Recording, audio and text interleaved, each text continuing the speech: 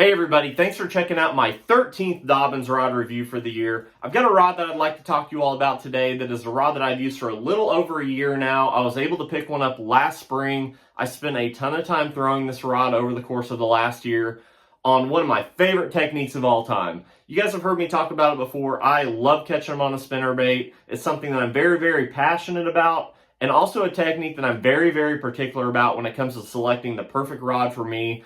In the past, I've done a couple different Dobyns rod reviews on different spinnerbait niche techniques, such as throwing a heavier spinnerbait or a super light spinnerbait that's got smaller blades. The two rods that I've reviewed before are the Extreme HP 704 and the Sierra 683. I still use those rods a lot for those niche applications, such as throwing a big heavy spinnerbait or throwing a lighter spinnerbait, let's say a 1/4 ounce, 3/8, or even a 1/2 ounce with small blades.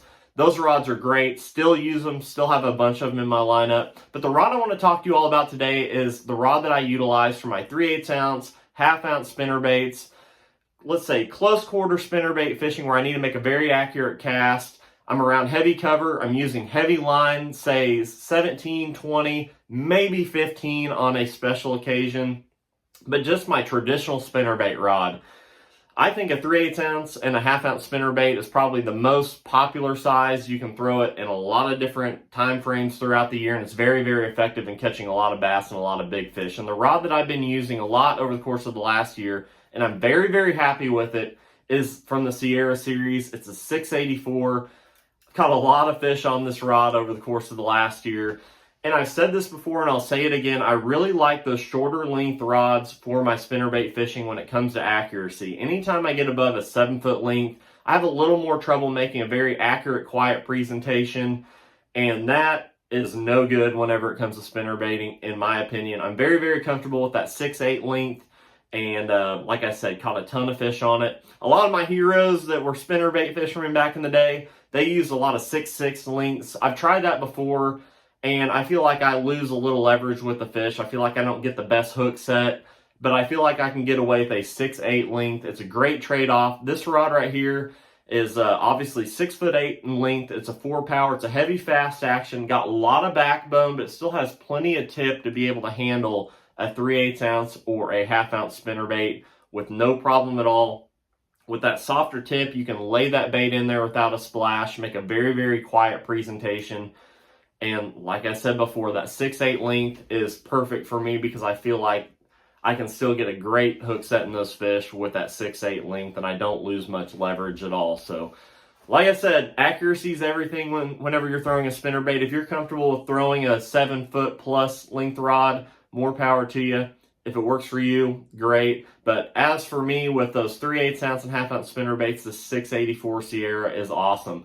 The best thing about this Sierra is it comes in at a more affordable price point. You can get one of these rods for under $200.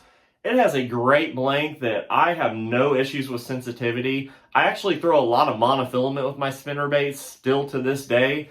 So sensitivity could be an issue, and I have no problems with that at all with this Sierra. It has a great blank. I'm very impressed with the quality of the guides. No problems with those at all. I just personally don't see the reason to spend the extra money whenever you're throwing a moving bait that doesn't require a bunch of sensitivity. Spending another $400 on a rod with higher quality components that might add a little sensitivity just doesn't really make sense to me. So I am very impressed with the Sierra 684 as far as sensitivity and quality goes. This rod has a full cork handle. Big fan of that, especially for my baits I'm making a lot of casts with. Love that full cork, and could not be more impressed with the Sierra series. Like I said, it comes in at under $200. So great rod for the spinnerbait fishing.